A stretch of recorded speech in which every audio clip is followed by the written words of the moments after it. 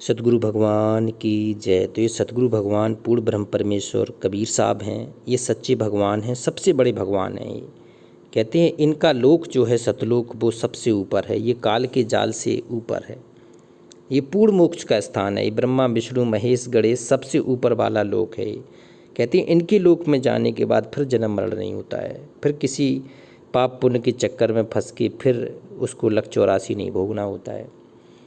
तो ये शब्द बहुत अनमोल है। कहती है मेरा तेरा मनुआ कैसे एक होई रे। कबीर साहब कह रहे हैं अपनी प्यारी भगत आत्माओं से कि अब विचार कर ले तू कि मेरा तेरा तुम्हारा और जो मेरा मन का भेद है वो कैसे एक होए, बिना एकाकार किए, बिना आत्म साक्षात्कार किए, बिना आत्मलीन हुई। कहती हैं ये भक्ति मार्ग बढ़ नहीं सकता है, ये सच्चा प्रेम आगे बढ़ नहीं सकता है। तो कबीर साहब कहती हैं मेरा तेरा मनुआ कैसे एक होई रे। इस एक होने की विधि बता रहे हैं कि क्यों तू समर्पण नहीं कर रहा है, क्यों तू मुझसे एकाकार नहीं हो रहा है। तो कहते हैं मैं कहता हूँ आँखन की देखी। कबीर साहब कह रहे हैं कि मैं जो भक्ति साधना तुझे बता रहा हूँ ना, मैं पूरी आँखों देखी बता रहा हूँ, आँखों देखी बता रहा हूँ कि मूल कमल से लेके जो गणेश जी का वास है इसके ऊपर सारे कमलों के बारे में बता रहा हूँ, सारे कमलों की भक्ति के बारे में बता रहा हूँ।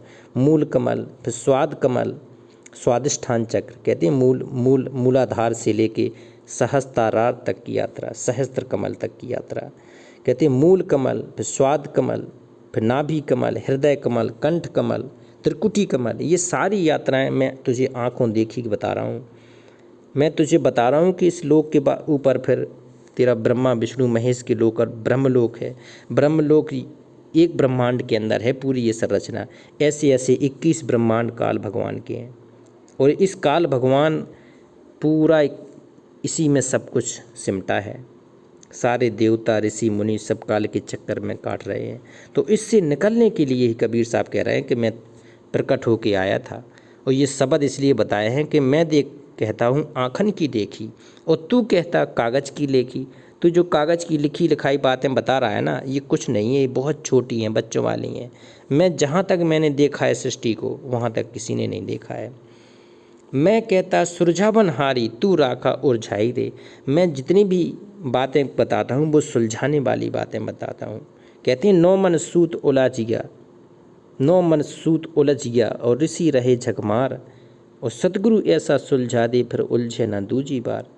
तो कबीर साहब कहते हैं कि मैंने तो 9 मन सूत की तरह ये ज्ञान सुलझा के तुम्हें बता रहा हूँ और तू फिर भी तू उसी ज्ञान को पकड़ लेता है जो उलझाए बैठा है तुझे। फिर तू उसी भक्ति मार्ग को करने लगा जो तुझे उलझाए बैठा है। तू सतगुरु की भक्ति नहीं करता है, तू सतगुरु की शरण नहीं प्राप्त करता है, तू सतगुरु के मंत्र जाप नहीं करता है, तू सुमरन मनन चिंतन नहीं करता है, तू भक्ति नहीं करता है। तो जो उलझा के जो रख देते हैं वो छोटी पाखंड वाली क्रियाएं तो करने लगता है। मैं कहता हूँ जागत रहियो तू रहता है सोई रे। कबीर साहब कहते हैं ये प्रेम कैसे बढ़ेगा जब मैंने तुझको बार बार समझाया कि ये काल का लोक है, यहाँ बिल्कुल जागते रहना है, चैतन्य रहना है, अपने आप को दिमाग को बिल्कुल शांत करके उस सब कुछ समर्पण करके रहना है। मैं कहता हूँ तू जागत रहियो। जैसे वो नहीं होता है अपने घर में अगर कोई किसी के यहाँ ज़्यादा धन होता है ना तो कहते हैं पहरा देते रहते थे पहले के ज़मींदार बड़े बड़े सेठिया लोग कि हमारा कोई चोरी ना हो जाए। कबीर साहब कहते हैं कि मैं कहता हूँ जागत रहियो, ये धन भक्ति का धन है, इसको संभाले रहने के लिए।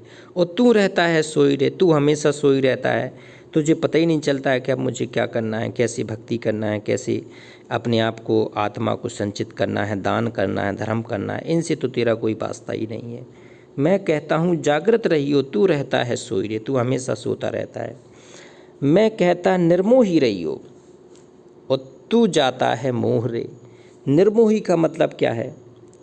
निर्मोही ऐसा होता है कि सम व्यवहार करना है, किसी के मोह में इतना भी फंस के मत रह जाना है कि यहाँ से निकल भी ना पाओ। कहते जहाँ आशा तहाँ बासा होई और मन कर्म वचन सुमरियो सोई। अंत समय में कहते हैं जिसके प्रति थोड़ा सा भी मोह रह जाता ना तो वो यहीं फंस के रह जाता है। तो इसलिए कबीर साहब कह रहे हैं कि आपको निर्मोही बनना है, किसी के प्रति भी इतना मोह नहीं बढ़ना है चाहिए। पति का पत्नी के प्रति, पत्नी का पति पुत्र के प्रति, माता पिता भाई बहन बंधु रिश्तेदार, मतलब एक सम व्यवहार रहना चाहिए। संव्यवहार ऐसा रहना चाहिए कि अगर भगवान अगर आया, भगवान ने अगर कहा कि बेटा चलो अपने लोग चलते हैं, तो किसी के मुंह में फंस के ऐसा नहीं कहना कि मैं नहीं जाना चाहता, मैं नहीं जाना चाहता कह दूँ तो भगवान काय को ले जाएगा, फिर वो यहीं छोड़ जाएगा। तो इसलिए कबीर साहब कहते हैं, मैं कहता निर्मोह ही रहियो, किसी के प्रति मोह ना पालना। तू जाता है मोह रे, तो फिर हमेशा किसी न किसी के मुँह में डूब जाता है, और किसी के ना किसी के मुँह में डूब कर फिर तू साधना अधूरी कर जाता और तू यहीं रह जाता, तू आगे की यात्रा करता ही नहीं है। जब तक तेरी पूरी इच्छा नहीं होगी ऊपर की यात्रा करने की, तब तक तू पृथ्वी लोक से आगे नहीं जा पाएगा। और पृथ्वी लोक में मनुष्य जन्म बहुत दुर्लभ है। कबीर साहब ने कहा है कि मानुष जन्म दुर्लभ है, ये मिले ना बारंबार, और तरबर से पत्ता टूट गिरे फिर बहोर ना लगता डार। एक बार ये शरीर छूट गया फिर दोबारा मनुष्य शरीर नहीं मिलेगा, लग 84 योनियों में फिर इसको भटकना पड़ेगा। जिसके प्रति तेरी आसक्ति रह गई वहाँ आसपास तू फिर लग 84 योनियों में कुत्ते हैं, गधे हैं, बिल्ली है, कोई बैल हैं, जानवर हैं, यहाँ का जीवन फिर तू भोगता रहेगा।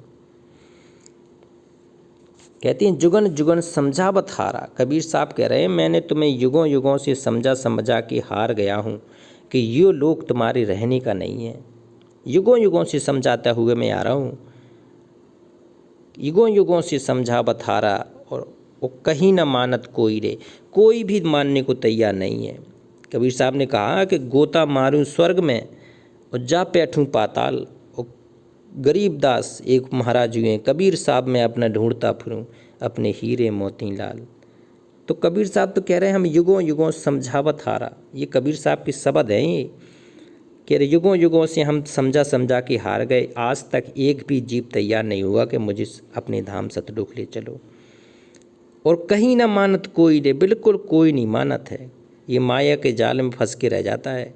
ये कबीर ये माया अटपटी हर घट आन अड़ी, और किस किस को समझाऊं यहाँ कुआं भांग पड़ी। एक भी जीव जाने को तैयार नहीं है, आज तक एक भी जीव पार नहीं हो पाया है।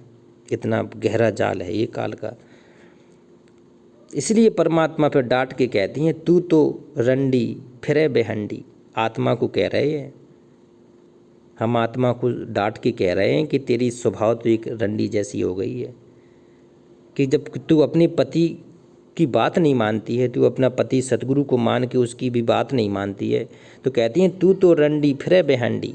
अब तू एक की तो है नहीं किसी की कि वो तुम्हारा रखवाला हो, तेरा तो 17 तेरे पति हैं, 17 खसम हैं तेरे। आत्मा को डांट के कह रहे हैं कि जब तू युगों युगों से हम तुझे समझा रहे हैं कि भक्ति कर ले, भक्ति करके काल की लाख लोक से निकल चलो, ये अवसर होता है कि निकल चलो, लेकिन फिर भी तू नहीं मान रही, तो तब डांट रहा है भगवान। ऐसे नहीं डांटता सतगुरु, कहता है तू तो रंडी फिरे बेहंडी, बेहंडी घूम रही है, तेरा कोई रखवाला ही नहीं है। आज इसके साथ में चपक के इसकी साधना कर ली, कल उसकी साधना कर ली, परसों उसकी साधना कर ली, तो तेरा कहीं कोई रखवाला नहीं है। और सब घन डारे खोई रे, सब धन डारे खोई रे, तेरा सब धन खो गया है। अब तेरे पास कुछ बचा भी नहीं है कि तू अपना कुछ संचित कर सके और आगे यात्रा में ले जा सके, तेरे पास कुछ है ही नहीं।